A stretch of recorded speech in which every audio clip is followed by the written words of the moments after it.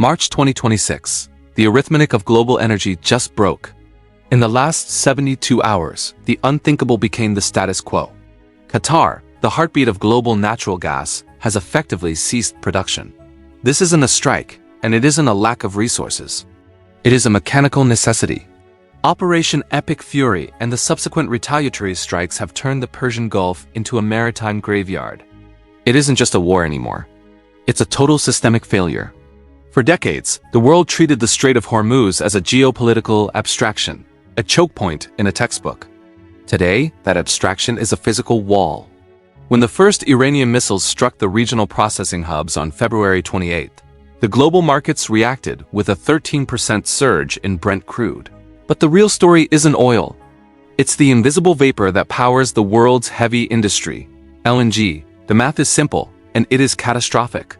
25% of the world's liquefied natural gas passes through this 21-mile-wide choke point. As of this morning, commercial transit has collapsed by 98%. Maritime traffic data shows daily vessel transits plummeting from 138 ships to just 2. Lloyd's of London and other major syndicates have officially withdrawn war risk insurance coverage for the Gulf. In the shipping world, when the insurers leave, the fleet vanishes. Maersk and MSC have declared force majeure. Without insurance, a $200 million LNG carrier is a liability no CEO is willing to risk.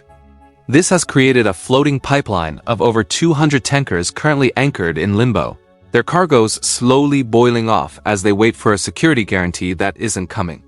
BlackRock and Goldman Sachs estimate a 14-day buffer before the volatility shock becomes a permanent stagflationary collapse. We are currently on day 10. Most analysts are staring at gas prices in London and Berlin, but the real collapse codex begins in the soil. The Gulf monarchies Qatar, Saudi Arabia, and the UAE account for 34% of the global urea trade and 23% of global ammonia. Natural gas is the primary feedstock for nitrogen fertilizer. With the North Field effectively offline and the strait closed, the global fertilizer supply chain has just been severed. India, which relies on the Middle East for 90% of its cooking gas and nearly half of its fertilizer inputs, is facing a localized societal collapse within months. When the gas stops flowing, the food stops growing. This is the transmission channel that traditional news ignores. We aren't just looking at an energy crisis. We are looking at the de-industrialization of the developing world in real time. For Doha, the middle path has vanished. For 20 years, Qatar mastered the art of being everybody's friend, hosting the largest U.S. airbase in the region at Al Udeid while maintaining the world's largest shared gas field with Iran. That ambiguity is now a target. Tehran has made the binary clear. If American jets continue to launch Epic Fury from regional soil, the energy infrastructure burns.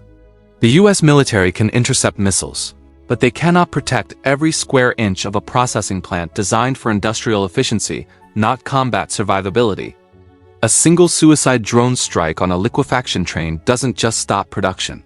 It creates a multi-year repair timeline. The Gulf monarchies are now making the calculation that will define the next 50 years.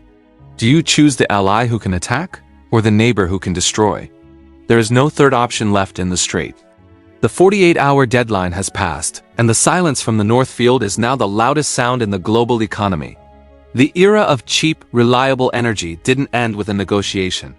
It ended with a math error. History is being written in the darkness of the Gulf, and the world is about to find out exactly what happens when the buffer runs out.